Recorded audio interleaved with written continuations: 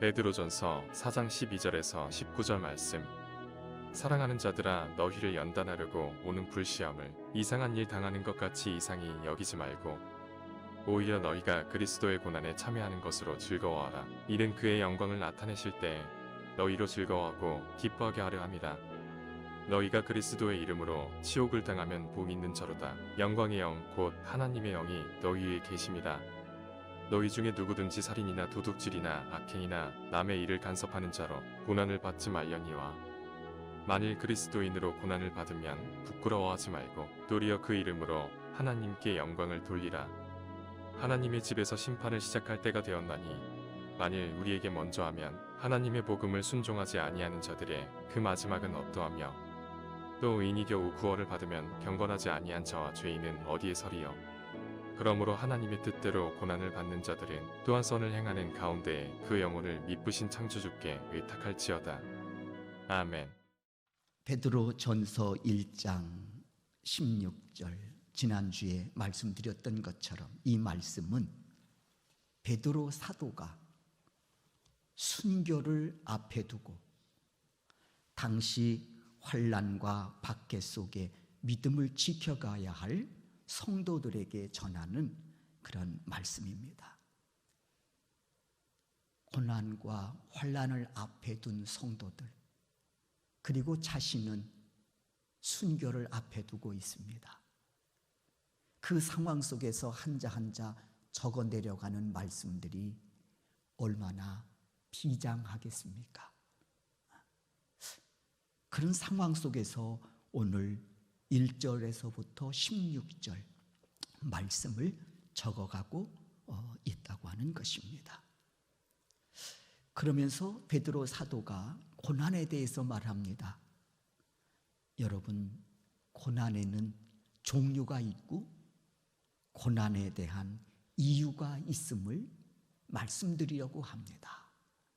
그러니까 고난도 여러 측면에서 오는 그런 종류가 있다는 겁니다.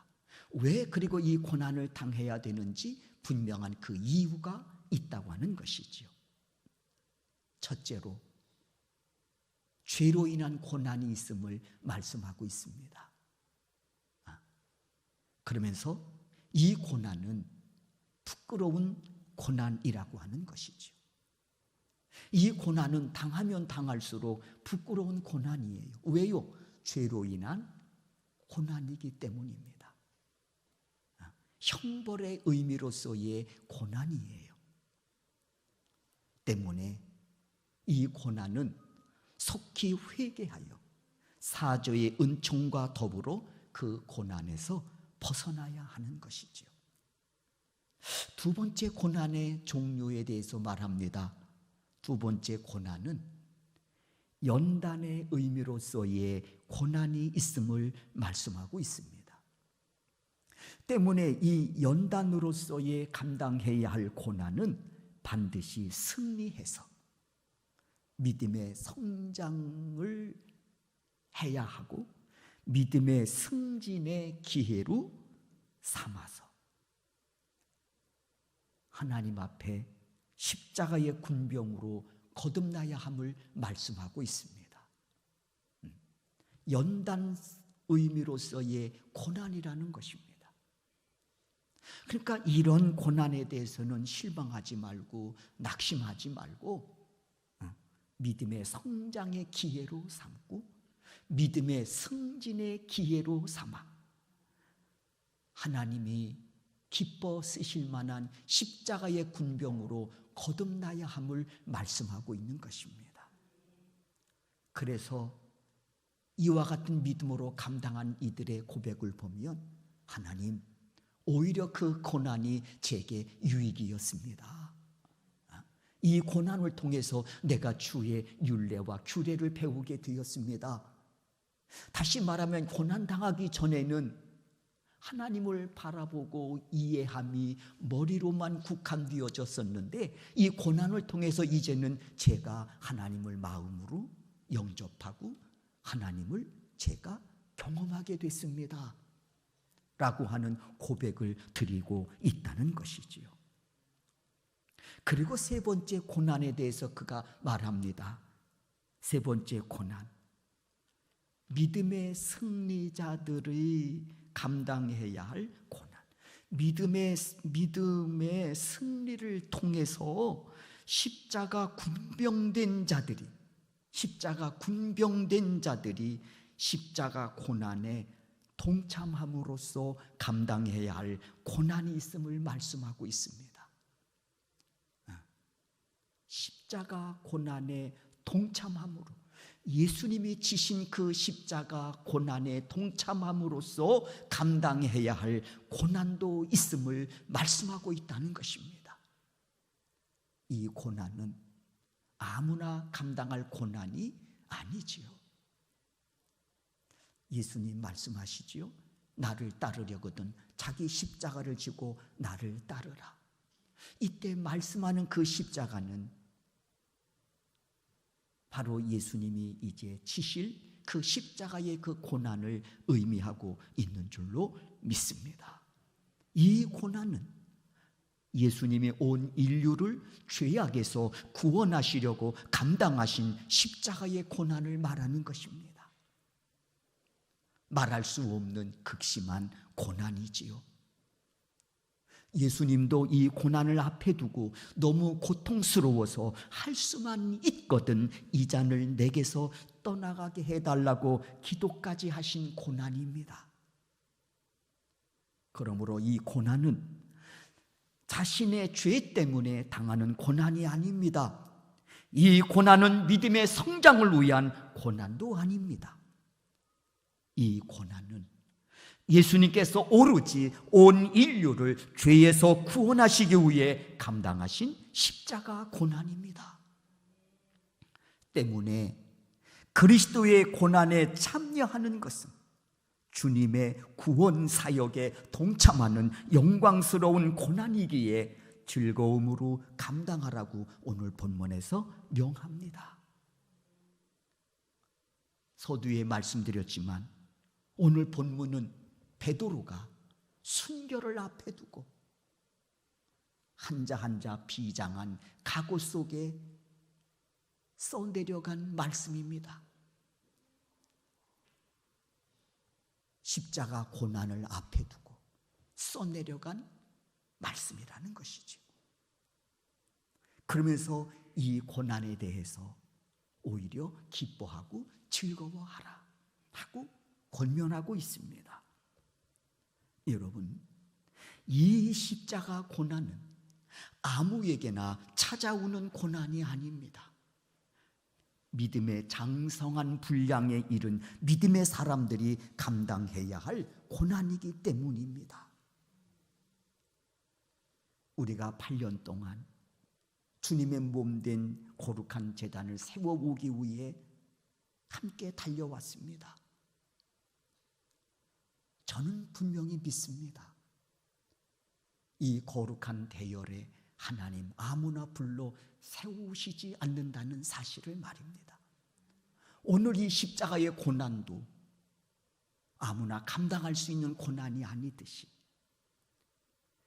그 길을 달려가며 주님의 몸된 거룩한 제단을 세우려 하심에 있어서도 역시 아무나 하나님이 불러 이 거룩한 일을 맡기지 않으신다는 사실입니다.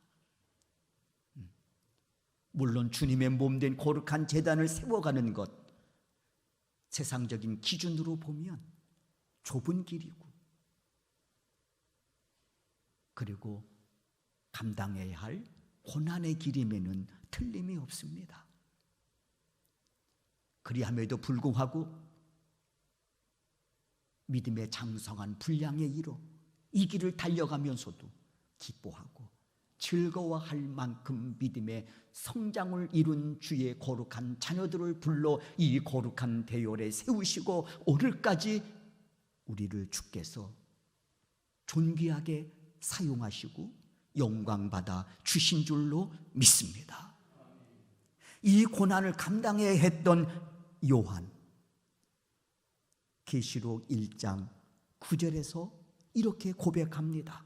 계시록 1장 9절입니다. 읽겠습니다. 시작. 나 요한은 너의 형제요 예수의 환난과 나라와 참음에 동참하는 자라. 하나님의 말씀과 예수를 증언하였으므로 말미암아 밤모라 하는 섬에 있었더니. 그렇습니다. 사도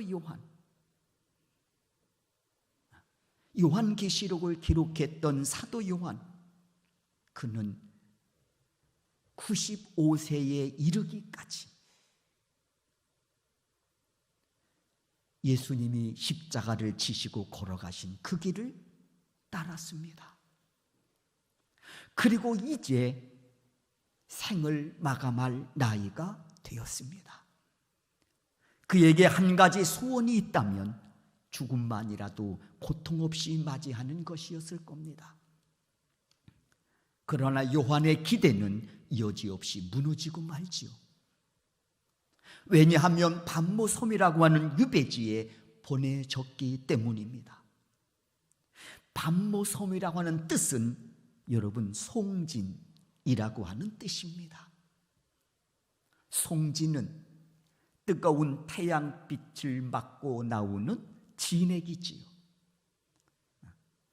고통과 환난의 상징입니다. 요한 역시 95세 나이에 밤모섬에서 이와 같이 감당하기 어려운 고통을 겪고 있는 것입니다. 이 고통은 죄로 인한 고통도 아니고 신앙의 연단을 위한 고통도 아닙니다.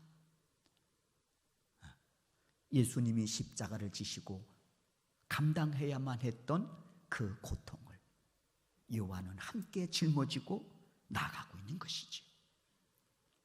밤모섬, 이곳은 유배지입니다. 죄수의 몸으로 죽는 순간까지 중노동하며 짐승 같은 대접을 받다가 죽어가는 곳입니다. 죽음 후에는 시체 바다에 던주어지니 장사는 고사하고 무덤조차 없는 곳입니다. 요한은 지금 이곳에 유배되어 마지막 고난을 감당하고 있는 것입니다. 성지순례 때 이곳을 방문하려고 하다가 아쉽게도 그날 아침 풍랑주의보가 발령돼서 아쉽게 취소가 돼서 가보지를 못했습니다. 꼭 가보고 싶었는데, 이곳에 가면 박물관이 서 있는데 유명한 초상화가 있다고 합니다. 바로 사도 요한의 초상화입니다. 이 초상화를 살펴보면 이마에 큰 혹이 있다고 합니다. 여러분, 힘들게 일하시면 손에 굳은 살이 박히지 않아요? 이 요한의 이마에 굳은 살 같은 큰 혹이 있다는 거예요. 왜? 너무나 고통이 심해 땅에 이마를 대고 기도하다가 생긴 혹이라고 합니다. 그런 그에게 하나님께서 그를 성령으로 감동시키시고 그의 손을 빌어 장차 될 일 요한계시록을 기록하게 하셨습니다. 그 밤모섬에서 말이에요. 십자가의 고난 함께 동참하며 짊어지고 마지막 그 순간의 고난을 감당하며 한 발 한 발 내딛는 그의 손을 빌어서 하나님 장차 될 일 요한계시록을 기록하게 하셨다는 것입니다. 비록 그의 육신은 밤모섬에 있었지만 그 영은 하나님의 보좌로 올리시고 그리고 그곳에서 장차 될 일들을 보여주시면서 이를 한자 한자 기록하게 하셨다는 것입니다. 그게 요한계시록입니다. 그렇습니다. 이처럼 진정 위대한 믿음의 사람들은 자신들에게 주어진 십자가를 짊어지고 그리스도께서 먼저 걸어가신 그 십자가의 고난의 길을 뒤따라 걸으면서 영원히 빛날 생명의 역사를 써갔던 것입니다. 저는 가끔 그런 이야기를 드립니다. 우리도 언젠가 주 앞에 서서 우리의 삶을 하나님께 펼쳐놓아야 할 순간이 분명히 있을진데 소명재단에 부름받고 주신 믿음으로 충성하고 헌신하는 그 시간들이 내 생애 속에 하나님 앞에 보석처럼 빛나는 시간이 되기를 소원한다고 말입니다. 그 길을 우리가 8년을 달려온 것입니다. 저는 분명 믿습니다. 역사는 흘러 뒤로 가지만 주를 위해 충성하고 헌신했던 그 모든 시간들은 하나님 앞에 영원히 빛날 보석처럼 아름다운 시간으로 새겨져 있을 줄로 믿습니다. 모세를 살펴봅니다. 모세, 광야 40년 연단의 과정을 그가 수료한 뒤 호렙산에서 하나님께로부터 부름을 받습니다.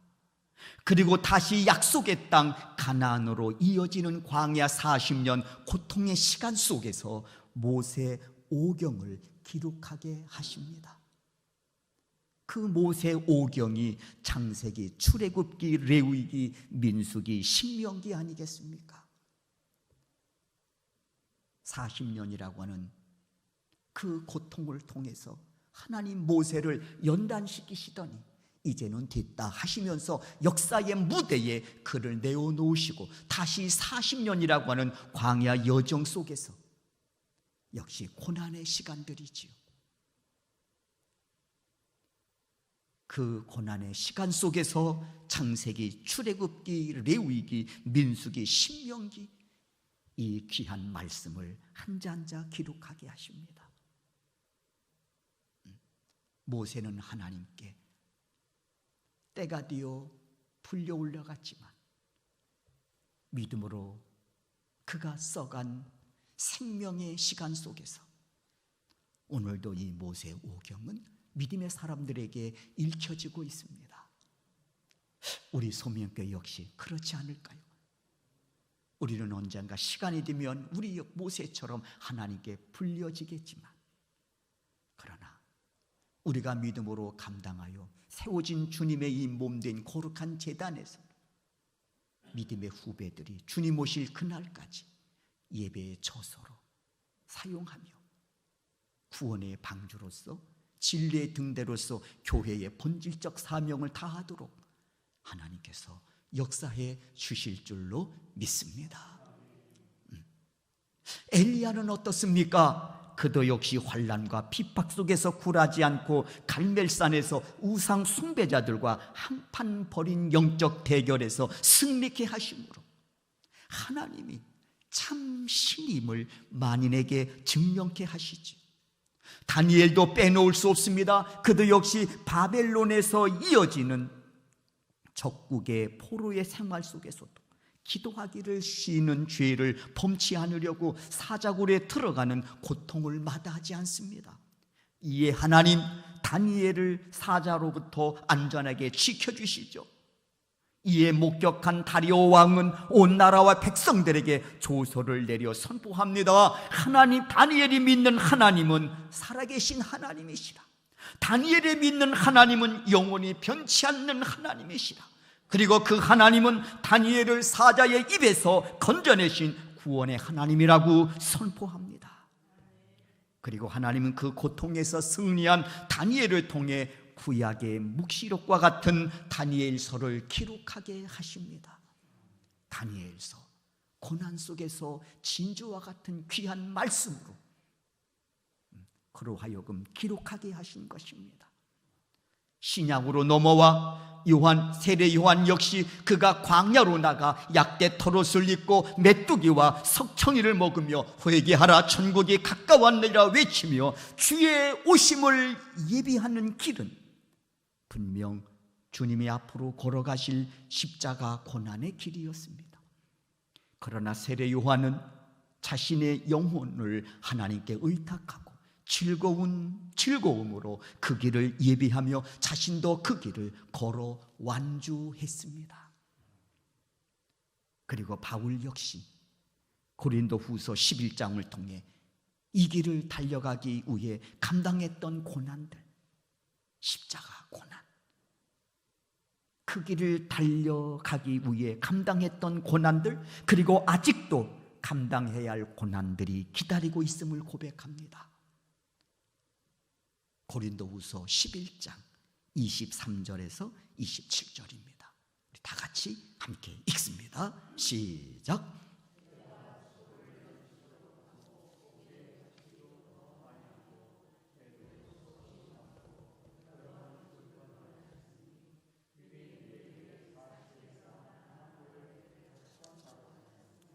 세 번 태창으로 맞고, 한 번 돌로 맞고, 세 번 파선하고, 일주야를 깊은 바다에서 지냈으며, 여러 번 여행하면서 강의 위험과 강도의 위험과 동족의 위험과 이방인의 위험과 시내의 위험과 광야의 위험과 바다의 위험과 거짓 형제 중에 위험을 당하고, 또 수고하며 애쓰고 여러 번 자지 못하고 줄이며 목마르고 여러 번 굶고 춥고 헐벗었노라. 바울이 주님이 지신 십자가의 그 고난을 함께 짊어지며 감당해야 될 고난들에 대해서 이렇게 한자 한자 적어 내려가고 있습니다. 그에게 이 고난은 자랑거리였습니다.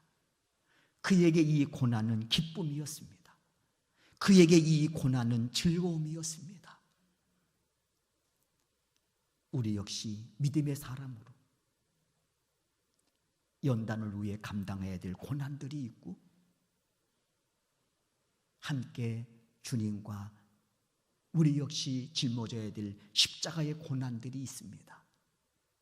여러분, 어떤 마음으로 그 고난을 감당하며 오늘까지 달려오셨습니까? 여러분, 이 고난들에 대해서 예수님 이렇게 말씀하십니다. 마태복음 5장 12절입니다. 다 같이 읽습니다. 시작. 기뻐하고 즐거워하라. 하늘에서 너희의 상이 큼이라. 너희 전에 있던 선지자들도 이같이 박해하였느니라. 생각해 보셨습니까? 십자가의 고난, 크면 클수록 상급도 크다는 것을. 때문에 고난과 상급은 비례하는 것 같습니다. 마태복음 5장 10절을 통해서도 예수님 말씀하십니다. 읽습니다. 의를 위하여 박해를 받는 자는 복이 있나니 천국이 그들 것이니라. 여러분, 죄로 인한 고난은 회개함으로 사죄의 은총을 받고 그 고난에서 속히 벗어나야 됩니다. 그리고 연단을 위한 고난은 믿음의 성장과 믿음의 승진의 기회로 삼아 이를 감당해야 됩니다.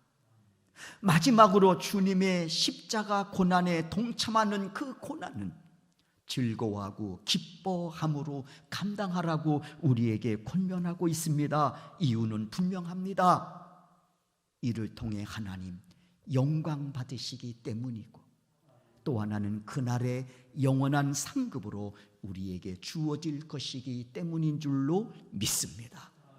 사랑하는 성도 여러분, 믿음의 선진들은 이 믿음으로 고난을 감당하며 달려가야 할 길을 달려갔습니다. 그리고 우리 역시 그 믿음과 소망으로 여기까지 달려오다 보니 어느덧 8주년을 맞았습니다. 돌이켜보면 주님의 몸된 성전을 세우기 위해 싸워온 우리 역시 크고 작은 영적 전쟁들이 수없이 있었습니다. 이스라엘 백성들이 약속의 땅을 밟기 위해 광야 40년을 지나 가나안 정복 전쟁을 통해 약속의 땅을 넓혀간 것처럼 지난 8주년은 주님의 몸된 성전을 하나하나 세워가는 거룩한 작업이었습니다. 이스라엘 백성들에게 요단강이 있었듯이, 여리고성이 있었듯이 우리에게도 크고 작은 문제들이 있었습니다. 그러나 그때마다 성령께서 우리 마음을 감동시키시고 능력으로 함께 하셔서 그때마다 말씀으로 하나 되게 하시고 순종으로 하나 되게 하셔서 우리로 하여금 가장 강력한 무기로 무장시키셔서 승리케 하심으로 오늘 여기까지 오게 해 주신 줄로 믿습니다. 우리의 무기는 무엇입니까? 말씀으로 하나님이 무기입니다. 우리에게 무기는 무엇입니까? 순종함이 우리에게 무기인 줄로 믿습니다. 이스라엘 백성들이 요단강을 앞에 두고 여리고성을 앞에 두고 말씀으로 하나 되고 순종으로 하나 되어 건너게 하시고 무너뜨려 승리케 하신 것처럼 말입니다. 소원하기는 앞으로도 이 믿음으로 주님의 몸된 성전을 세워가며 슬기로운 다섯 처녀처럼 순결한 믿음으로, 그리고 착하고 충성된 5달란트를 마쳤던 종의 모습으로 달려 우리가 사명을 감당하는, 그래서 그 길을 꼭 완주할 수 있는 우리 소명교회 성도들이 되실 수 있기를 주의 이름으로 축원합니다. 기도하겠습니다.